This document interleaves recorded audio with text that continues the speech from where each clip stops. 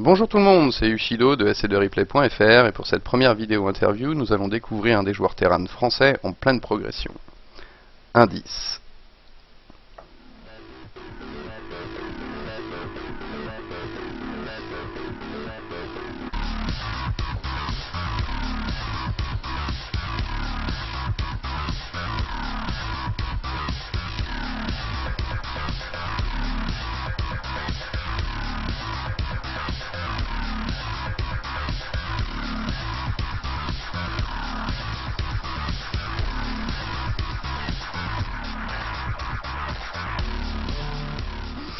Eh bien oui, nous sommes en compagnie de Song pour découvrir son actualité et notamment l'annonce de sa nouvelle structure. Merci à toi de nous avoir accordé la primeur de cette entrevue.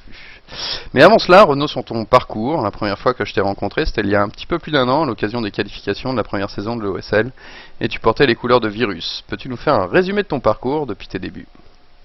Effectivement, merci déjà Ushido pour l'invitation, ça me fait très plaisir d'être avec toi aujourd'hui. Effectivement, il y a de l'eau qui a coulé sous les ponts depuis. Donc à l'époque, donc pendant cette ESL, j'étais avec Virus. Et est-ce que j'étais avec Virus? Je suis pas sûr. Hein. Je crois que j'étais avec Origin Online. Non, je crois que tu étais avec Virus. Tu étais avec Shiba et Lokyo. D'accord, ok. Et peut-être Effecto aussi, ouais. Il me semble. Voilà, ok. Donc effectivement, c'était avec Virus, mais j'avais un doute puisque j'ai pas commencé avec Virus. Donc tout au début du jeu, j'ai commencé à la fin de la bêta et j'ai pas fait de gros résultats pendant la bêta. J'ai pas fait énormément de compétition. J'ai commencé à prendre le jeu en main. Et j'ai rejoint une équipe qui s'appelle WCRA qui a pas fait long feu. C'était avec des joueurs tels que Adel, Ores, Abi, donc des joueurs comme ça, que des joueurs français. C'était un assez haut niveau à l'époque et avec des joueurs qui avaient déjà fait leurs preuves. Et malheureusement ça n'a pas tenu, donc voilà, ça s'est assez rapidement terminé au bout d'un mois à peine. Et ensuite j'ai rejoint Origin Online, donc avec des joueurs français. Un peu comme on peut voir à l'heure actuelle avec Cybernation, un niveau élevé et homogène, avec une très bonne ambiance. Donc avec des joueurs comme Gérance, que je salue d'ailleurs s'il regarde l'interview, qui a arrêté StarCraft 2 depuis. Et des joueurs comme Zlatan, Exi, voilà, c'était Lokyo également. Donc qui a fait, on parlait de Lokyo pour Virus, mais il était chez Origin Online également avant, donc ça fait maintenant 1 an et demi, enfin ça faisait 1 an et demi. Ouais, c'était dans la même team. C'était un petit peu ton compère de l'époque, quoi. C'est vrai qu'on vous voyait souvent ensemble. Voilà, on est resté très longtemps dans les mêmes équipes. Je suis plutôt son père que son compère. Non mais c'est vrai que c'était quelqu'un d'assez sympathique. Et donc ensuite on est passé chez Virus Gaming. Cette fois-ci, effectivement, avec des joueurs comme Effecto, Nama, Satini, Elfie, Underdark, Ukraine Star, White, Moment, Ores, Origin, Minimat. Ouais, gros line-up. Faut sortir le dictionnaire pour se souvenir de tous les teammates. La moitié de Wikipédia. C'est ça, c'est une encyclopédie en 10 tomes sur la line-up Virus. Donc voilà, c'était une très grosse line-up. Voilà, moi, j'ai rien à leur reprocher, donc j'ai très bonne expérience pour moi, avec un très bon niveau et des très bons contacts, avec qui je m'entraîne toujours d'ailleurs. Ensuite, donc Virus, voilà, comme tout le monde le sait, est un peu tombé. Et j'ai rejoint l'équipe GBT, donc une équipe polonaise. Mais bon, trop d'intermédiaires tuent l'intermédiaire, donc c'était très compliqué de s'entendre et c'est vrai qu'il y a pas eu un investissement énorme, des joueurs qui ont plus ou moins arrêté, Kiara qui est parti dans une autre équipe, donc l'équipe StarCraft 2 a été dissoute tout simplement, donc voilà, ça s'est rapidement arrêté, mais bon, rien de grave, il n'y a pas eu de mésentente entre quelqu'un, c'est juste voilà, trop d'intermédiaires, pas assez de dialogue, donc voilà, il n'y a pas eu de désaccord sur quoi que ce soit, ça s'est fait naturellement, et je me suis donc retrouvé sans équipe. Bah, la transition est toute faite, puisque en fait, à part le OSL dont on a parlé tout à l'heure, où on te voit quasiment essayer toutes les compétitions de l'EOSL, on te voit quasiment jamais dans les LAN françaises ou inter. Est-ce que tu penses que la nouvelle structure que tu vas nous annoncer tout à l'heure pourra t'apporter son soutien pour ce type d'événement, Contrairement à Gamesburg, de par sa nationalité polonaise, qui n'était pas forcément intéressé par une visibilité en France et qui avait peut-être pas les moyens de t'envoyer en inter. Bah écoute, ça c'est à voir, mais c'est vrai que pour les LAN françaises, c'est pas forcément évident pour une équipe qui est pas forcément française d'envoyer ses joueurs par manque de visibilité, par manque de niveau. Voilà, si là j'ai fait l'Insalan récemment, j'aurais dit à mon équipe voilà j'ai envie de faire l'Insalan. Il y a personne, ça sert à rien, mais voilà. Mais bon. Voilà, je pense qu'il faut savoir présenter les choses. Si on dit voilà, c'est pour avoir une place pour les qualifications ESWC, faut expliquer les choses. C'est vrai que le système français est très compliqué par rapport aux autres pays et voilà. Mais je pense qu'en présentant bien les choses, ça sera possible. Les LAN françaises, je pense, je les ferai de manière irrégulière en fonction de l'intérêt de la LAN. En termes de niveau, c'est vrai que moi j'aime bien avoir des LAN avec un très haut niveau. Où dans le week-end tu vas pas faire des phases de poule qui vont te prendre toute une journée, où tu vas faire des matchs peu intéressants quand même, faut le dire, et tu vas te retrouver, tu vas faire 2-3 matchs d'intérêt sur un week-end à partir des quarts. Voilà, à partir des quarts en gros, et tu te dis voilà, est-ce que dans ce week-end-là j'aurais pas mieux fait de m'entraîner, de me faire une Zotac et les Play M Daily quoi. C'est un peu bête de se dire ça, mais bon voilà. C'est une question d'objectif finalement. Ouais, non, mais ça se comprend quoi. D'essayer d'aller plus loin. Et puis pour les LAN inter, tout simplement, si le niveau y est, je pense qu'il n'y aura pas de contradiction à y aller. Mais voilà, faut être sûr, pour aller en LAN inter, faut avoir les capacités de faire une performance et pas arriver pour faire de la figuration, quoi, tout simplement. Ça marche, bah du coup ça me permet d'introduire la prochaine question. Je pense qu'il est enfin temps de lever le rideau. Je vais donc te laisser la parole pour dévoiler ta structure et puis nous parler de tes ambitions, ton planning de compétition à venir, LAN, Cup, et puis voilà, tes objectifs. Alors la structure, on me l'a demandé, on me l'a redemandé tout le temps, c'était assez énervant sur le stream en permanence. Déjà, c'est pas une structure française, c'est pas Eclipsia, parce que on me l'a retané, c'est pas ça. Donc effectivement, un petit indice, on voit un des joueurs, un de mes nouveaux coéquipiers dans la vidéo, la petite vidéo d'introduction, qui est d'ailleurs de la vidéo d'intro de ma web TV, donc n'hésitez pas. Et donc cette structure, c'est MTW, voilà, avec Dimaga, Underdark, qui est d'ailleurs un ancien joueur de chez Virus.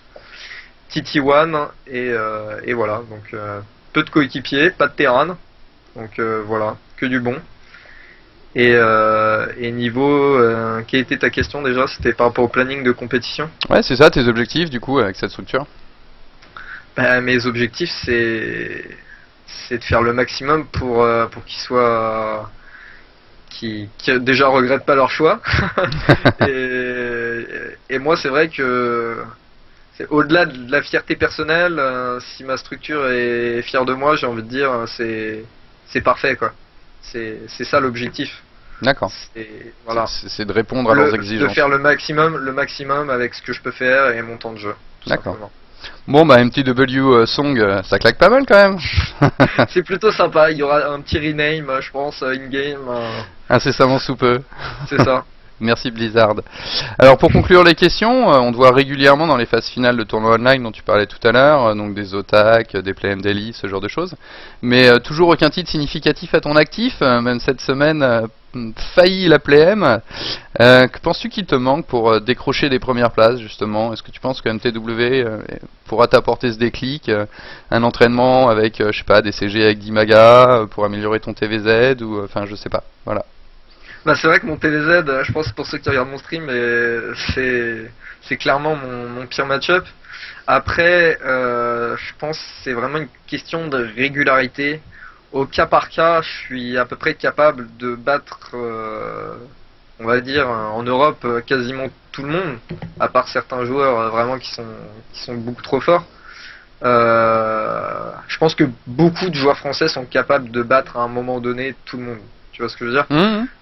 Le souci, c'est de battre ces joueurs-là d'affilée dans une soirée. C'est pas forcément évident. Les cups, quand c'est en phase finale, c'est genre 19h minuit. ta finale, tu l'as fait à minuit, tu commences à être quand même assez claqué. Voilà, c'est ça l'objectif, d'arriver à m'entraîner de l'endurance, de la régularité, arriver à tenir, la distance sur des gros matchs, quoi. C'est la performance, pour moi, c'est pas le nombre de rounds qui sont passés, c'est les adversaires qui sont battus. Ouais, on te voit régulièrement battre du coréen, des gens de chez TSL par exemple. Enfin voilà, c'est sûr que comme tu disais, Pour moi, comme tu disais, la play-in de cette semaine, c'est un exemple typique. Voilà, pour moi, mettre 2-1 Elbegast, FXO Elbegast, 2-0 Isara Baby Knight, gagner TSL Symbol et perdre TSL Yoon 2-1 dans la même cup. Pour moi, c'est 1000 fois mieux que gagner une cup où je rencontre un mec fort en finale, quoi. La go fort du mercredi, quoi. Ouais, voilà.